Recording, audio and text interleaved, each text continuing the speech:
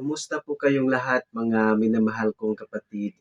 And welcome po sa part 10 ng ating Bible study tungkol po sa salvation. At ang topic po na ating ibahagi ay tungkol po sa kabanalan o pagiging banal. Kung gaano po ba kahalaga ang pagiging banal na atin pong mababasa dito po sa aklat ng mga Hebreo, Kapitulo 12 sa talatang 14. Ito po yung ating mababasa. Sikapin ninyong makasundo ang lahat at magpakabanal sapagkat hindi ninyo makikita ang Panginoon kung hindi kayo mamumuhay ng ganito. Dito po sa English translation from the book of Hebrews, chapter 12, verse 14. Let me share to you. Follow peace with all men and holiness, without which no man shall see the Lord. Hallelujah.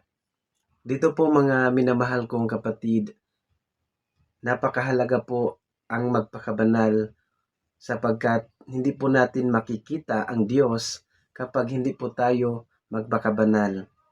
Amen.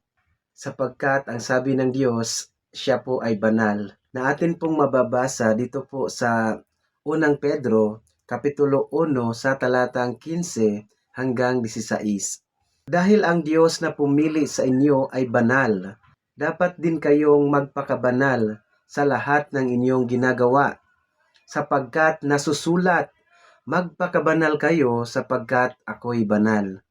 Hallelujah!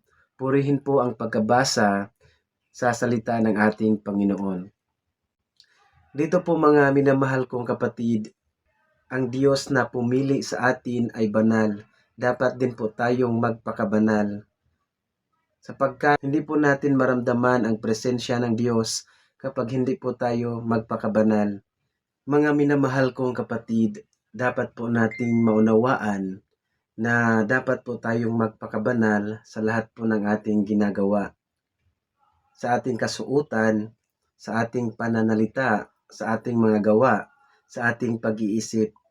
Bagamat ito po ay mahirap, ngunit ito po ay ating hihilingin sa ating Panginoon upang tayo po ay magkaroon ng karunungan, kaalaman, pagpipigil sa sarili at mga bagay na dapat po nating matutunan upang tayo po ay magkaroon ng kabanalan sa ating buhay.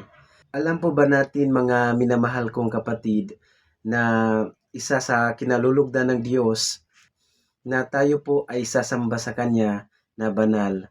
Na atin pong mababasa dito po sa aklat ng mga taga-Roma, Kapitulo 12 sa talatang 1 hanggang 2. Kaya nga mga kapatid, alang-alang sa masaganang habag ng Diyos sa atin, ako'y nakikiusap na ialay ninyo ang inyong sarili bilang isang handog na buhay, banal at kalugod-lugod sa Diyos.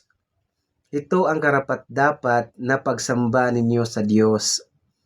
Huwag kayong makiayon sa takbo ng mundong ito. Mag-iba kayo sa pamamagitan ng pagbabago ng inyong pag-iisip upang maunawaan ninyo ang kaloob ng Diyos, kung ano ang mabuti, kalugod-lugod at ganap na kaloob niya. Purihin po ang ating Panginoon. Dito po mga minamahal kong kapatid, ay pagsikapan po natin na mamuhay ng meron pong kabanalan. Sikapin po natin na tayo po ay magkaroon ng kabanalan. Amen.